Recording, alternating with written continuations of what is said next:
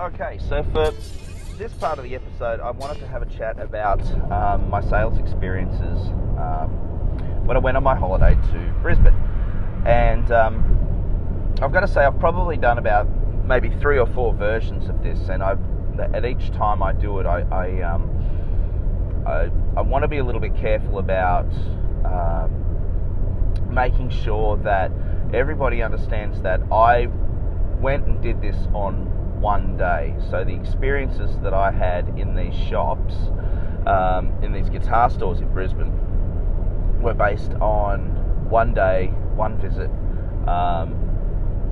and in no way represent, I suppose, the continued sales experience of the staff of these shops. Having said that, I had a great time.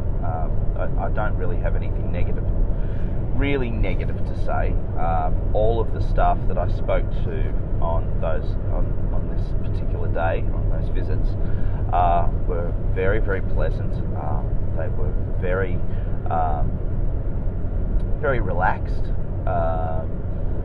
but varied in exactly how helpful they were at relieving me of my cash.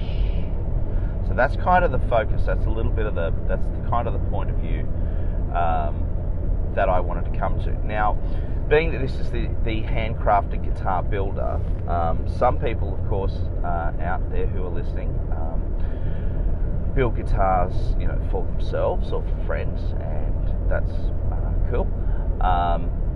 Other people are building guitars to sell through their own website or through Reverb, for example, using the social media kind of outlets like Facebook and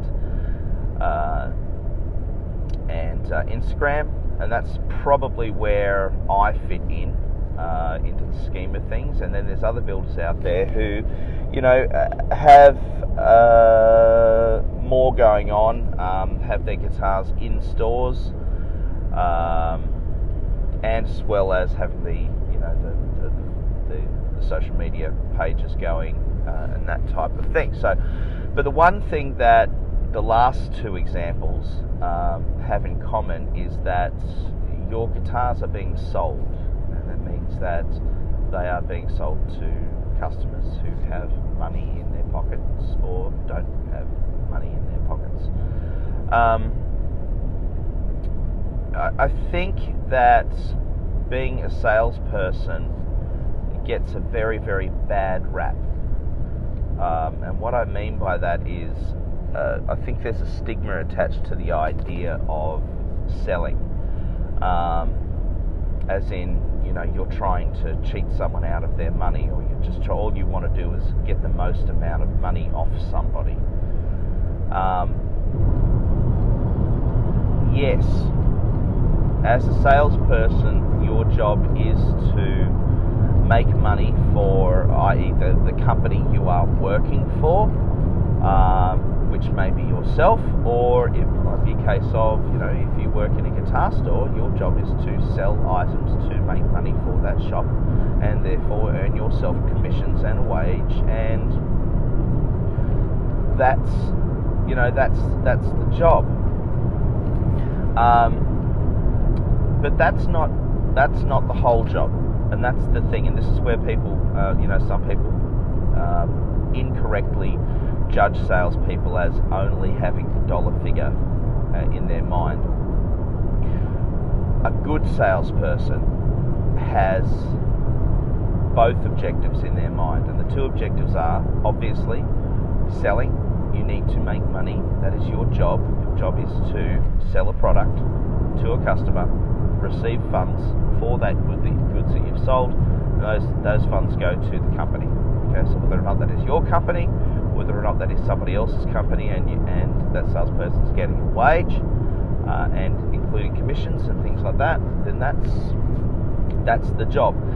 But the job is also to make sure that your customer has what they need, and this is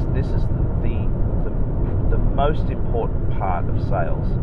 All right, let me explain. A bad salesperson, okay, will absolutely screw a customer, hard sell them for every cent that they have got.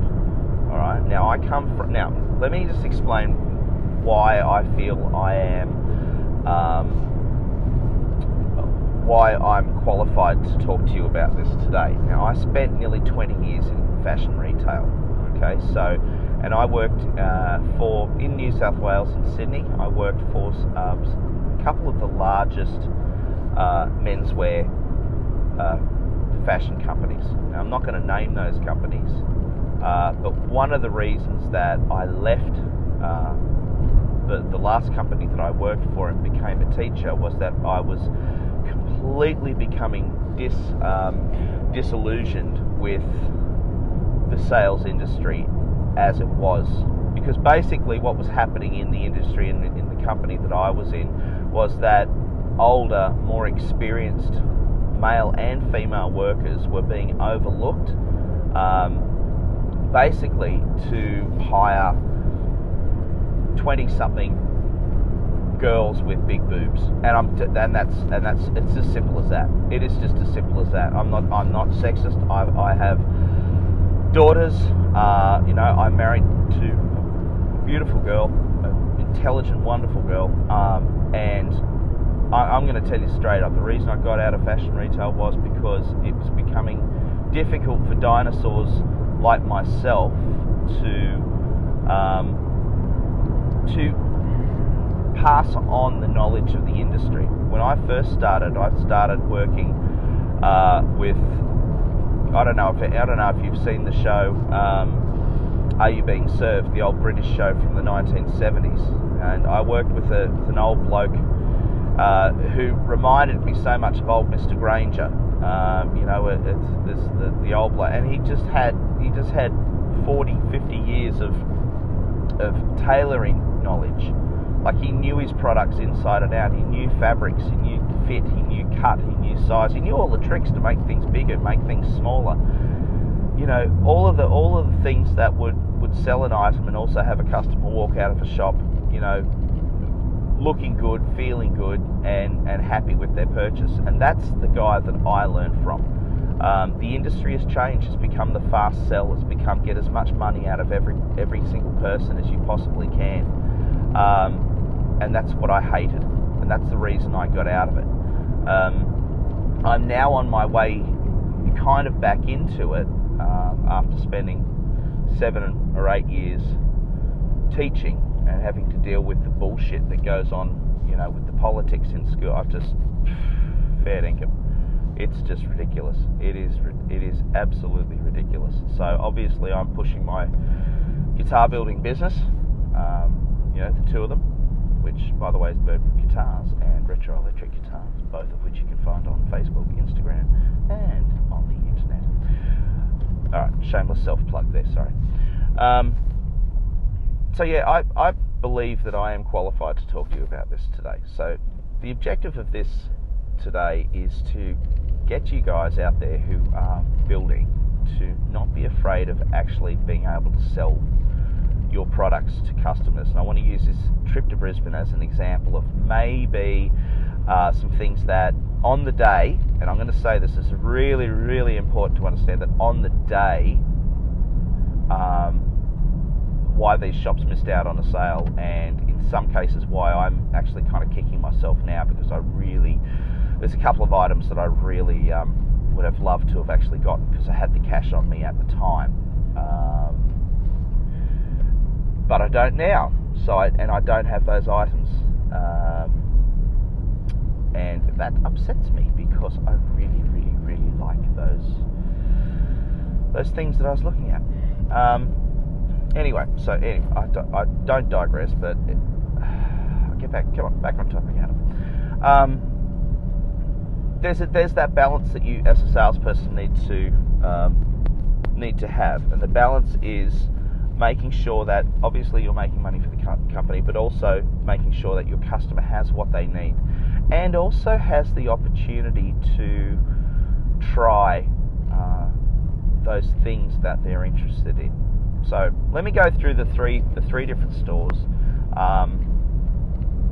I'm still deciding whether or not I'm going to name the shops. I probably I don't know because one of the stores is my absolute favorite music shop on the planet, and if I could model my store, a bricks and mortar store, on this particular business, I would in a heartbeat. Okay, so you can see why it's a difficult thing to talk about, but I do believe it's also an important thing to talk about. Okay, all right, so the first store that I went to in Brisbane, it was located in a really beautiful suburb, kind of on the top of a hill. Basically, it was inside what's called a Queenslander style house, which is a building which is kind of on two levels. It's usually open underneath to the elements so that it allows the air to go through. It's a timber construction, and they're gorgeous. I absolutely love them. Surrounded on both sides by cafes, by residences, a really gorgeous kind of area. So when we got out of the car, and I will say my brother and I went. My brother doesn't play guitar, but he knows quality, and he's a pretty intelligent bloke. You know, he really knows what he likes, and he loves his music. And although he doesn't play an instrument, he absolutely respects instruments, the guitars, anything. He's just one of those people that just absorbs music and loves all forms of music. As long as it gets him in the heart, he loves it. And he's basically a no bullshit kind of guy. He really knows he knows his stuff.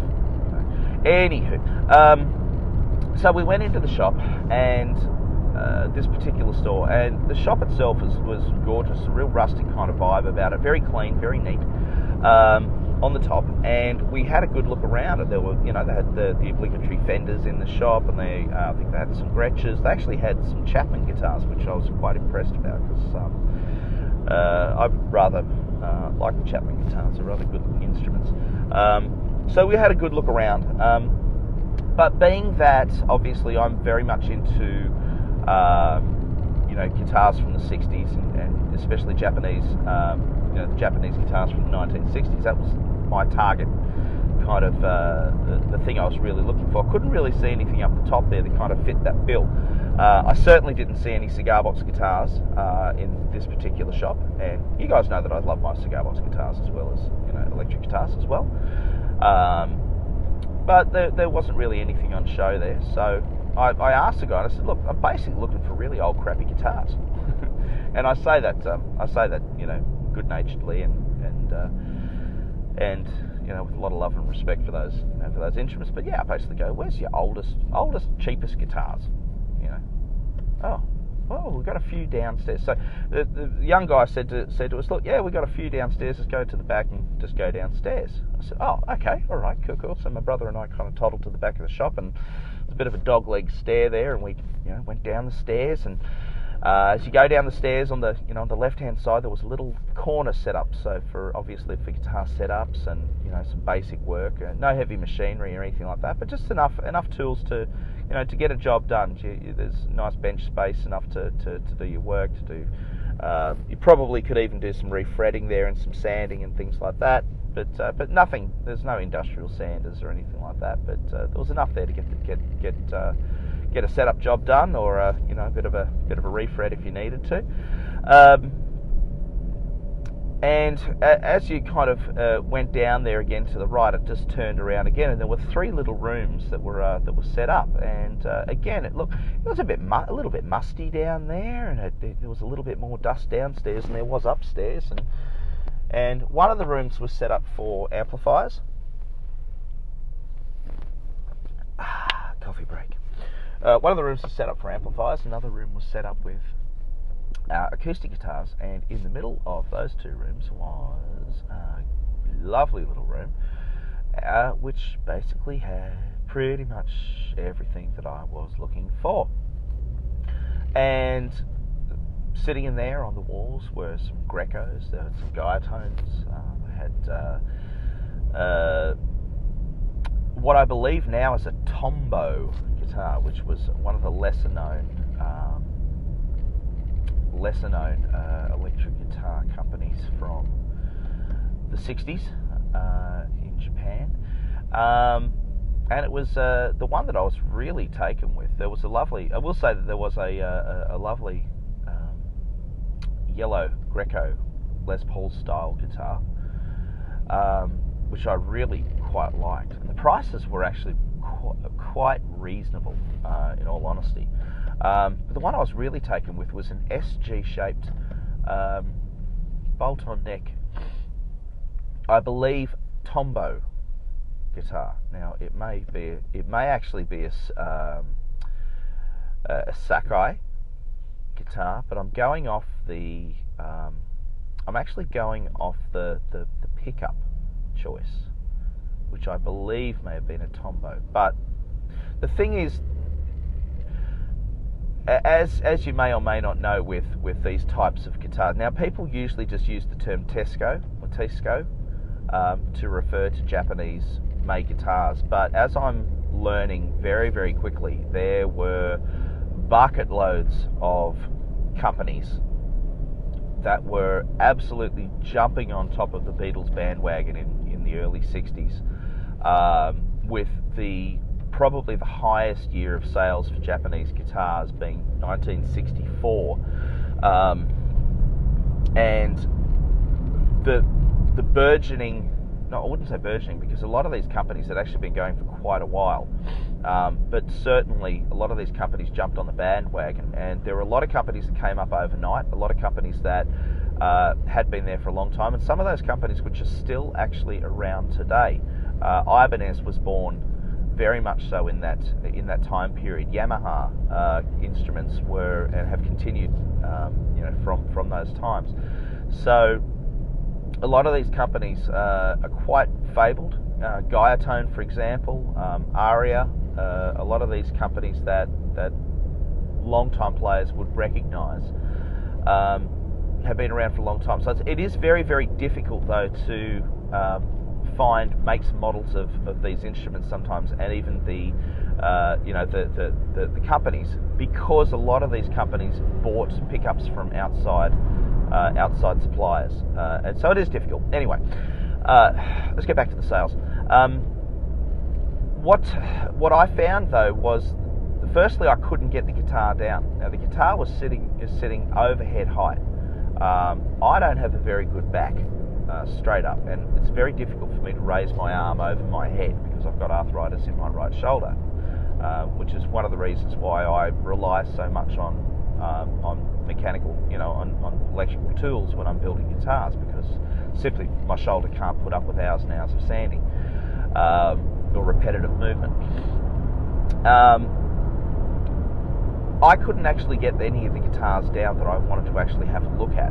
It was very difficult. Now, my brother and I were actually there for 15 minutes. Nobody came down to check on us. Nobody came down to ask if we wanted to plug anything in. It was a little frustrating. And to walk up and down the stairs and have to, we kind of looked at each other, and I think we kind of decided at that point that we were going to base the judgment of whether or not I was going to buy on whether or not anyone actually wanted to sell. So I figured, oh look, maybe they're just flat out upstairs. So we had a good look, we had a good talk about the guitars and the ones that I really liked, and I was basically settling on, well, not settling, it sounds bad, but I was basically decided that I would like to actually get the SG. What makes matters worse is that I am a very, very, very shy guitar player in shops. When I'm doing markets and when I have a stall and when I do, any festivals and things like that, I'm quite okay sitting in my stall and sitting in the back of my little 3x3 tent and playing my cigar box guitars and playing slide and playing, electric guitars that I've built and things like that. And I'm actually quite comfortable doing that. But I'm not comfortable doing it in a shop, and it probably stems from bad experiences in music stores in the late 80s and when I was just basically people showing off in shops and arrogant salespeople and things like that. It just turned me off playing guitars in music stores, and to this day I still am uncomfortable doing so. And I certainly don't really like asking. So we went back upstairs. We had a chat to the fellow who was up there, who, by the way, was a very, very pleasant bloke, really nice guy. And I said to him, "Oh, can you tell me a little something about the guitar, downstairs?" And he was quite knowledgeable. He kind of knew when they had received it and where it had come from, as in the customer who had brought it in. So he kind of knew a little bit of the modern history of the instrument. Still, we didn't really have a date on it. We were assuming it was late 60s, maybe early 1970s, which definitely put it in the 40 plus age bracket. And I was saying, look, I'm quite interested in it. And I was asking him about, asked about postage and that type of thing.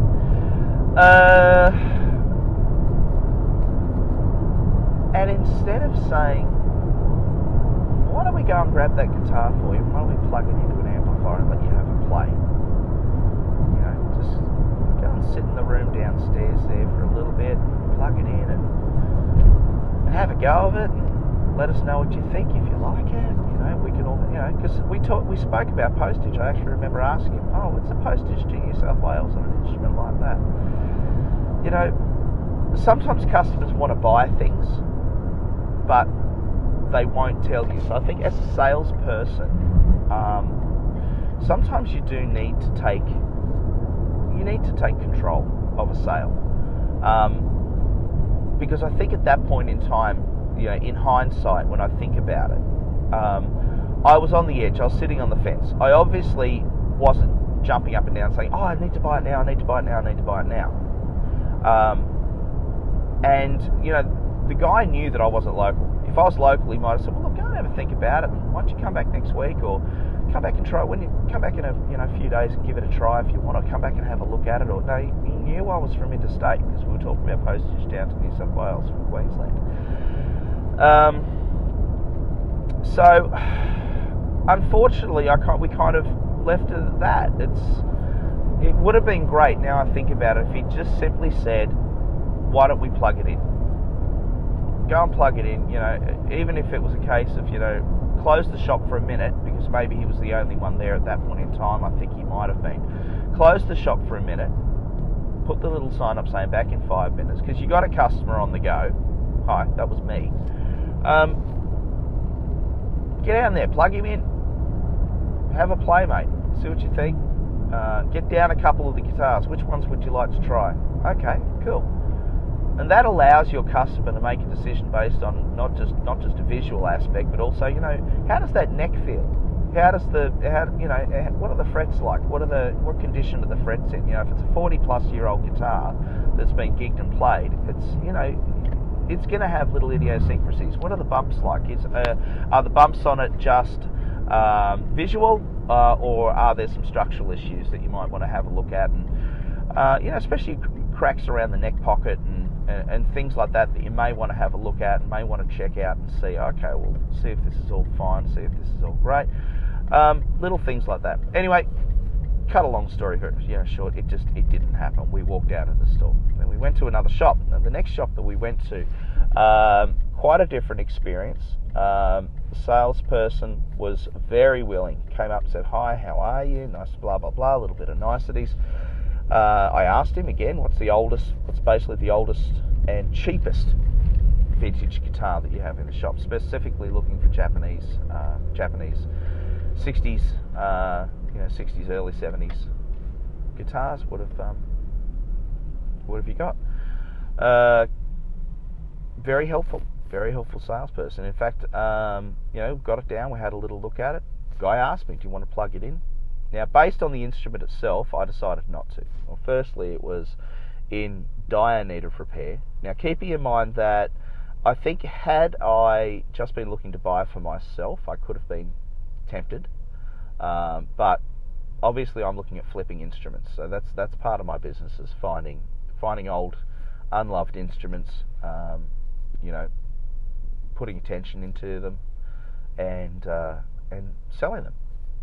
And unfortunately, it was just too much money, too much work for the money, because at the resale value, I wouldn't have made my money back on it. In fact, I probably, with all the work that it needed and the resale value of it, I would have probably lost money on it, which is a shame, because it was an old Greco or Guiatone. Actually, it might have been a Guiatone off the top of my head. Might have actually been a Guiatone. Les Paul style. The Les Paul guitars that Les Paul used to play, with all of the switches and the single coil, low impedance pickups, and that type of thing. But basically, it needed a bucket load of work, new scratch plates, things like that. It just needed way too much work. So and anyway, as we were leaving, we kind of bumped into a fella who kind of came up and introduced himself, and he was one of the owners of the store, or one of the managers of the shop. We ended up having a really great chat with him. They had a couple of cigar box guitars in the store from a Sunshine Coast builder. We had a little chat about those. I introduced myself, told him what I did. I built cigar box guitars and electric guitars, and flipped instruments, and we had a chat about the old guitar that we just had a look at.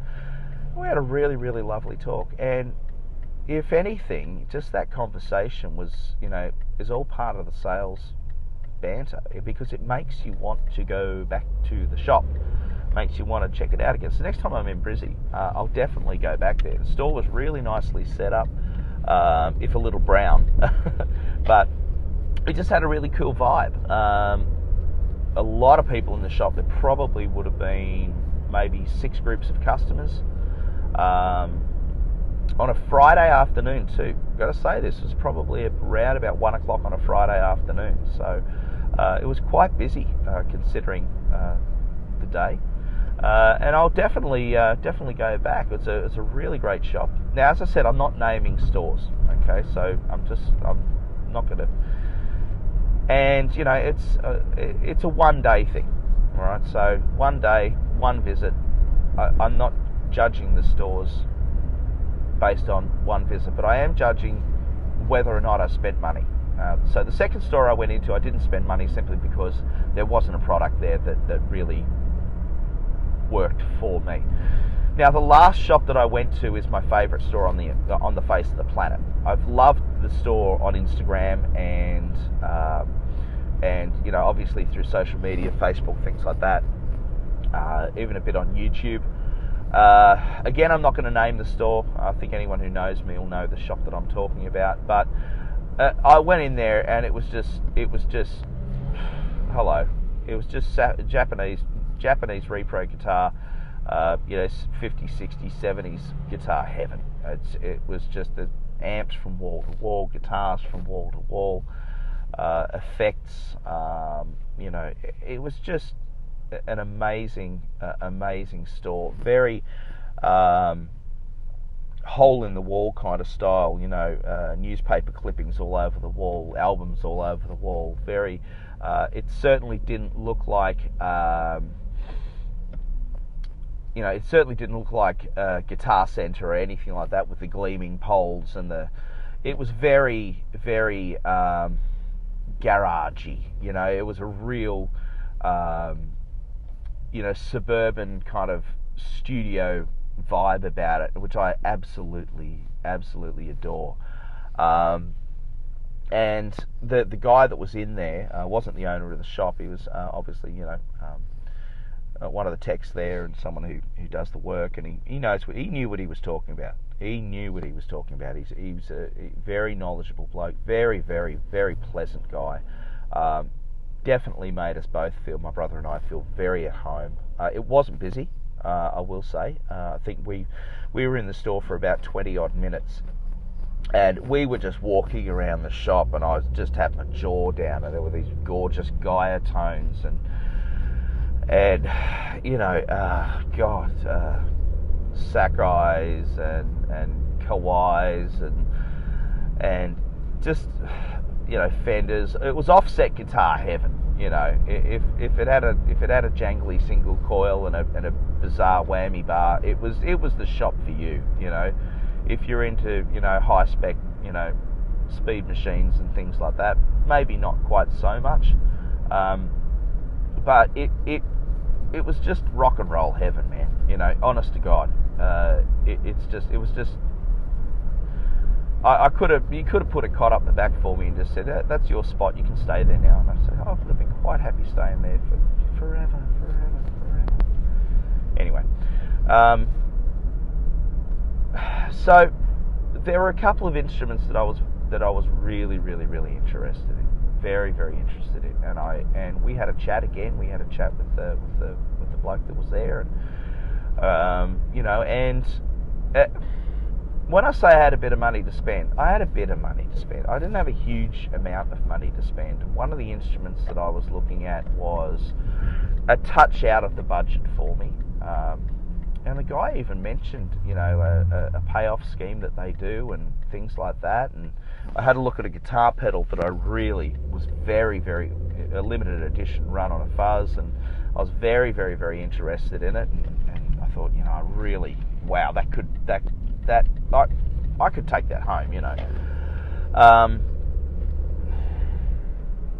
and through the conversation, again, the same thing kind of happened in the first store almost. It was a case of, if the guy had said to me, and I'm going to say this, I've put it on the table, if the guy had actually said to me, come on, let's get a guitar lead, get a couple of guitars, sit up the back with an amplifier, plug you into a really nice little, really nice old amp, plug it in, let's go and give it a go, and just have a twang, and then come up and we'll discuss and see if you want to do a payoff thing, or I would actually have that guitar that I was looking at in my hands right now. Well, not right now because I'm driving a car, obviously, but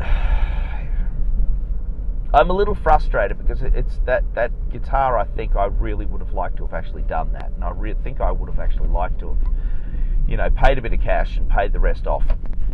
And all it needed, I think, for me to commit to that was the salesperson to actually take the lead again and say, okay, let's do it. Let's plug it in.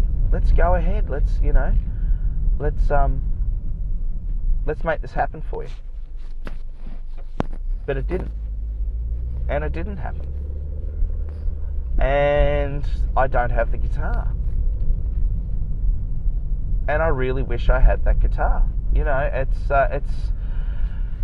It's very frustrating. And unfortunately now I'm in a situation with my business and a transitional paradigm shift of employment,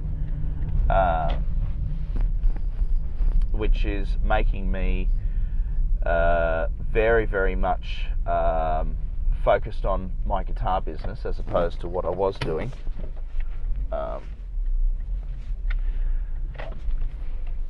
It's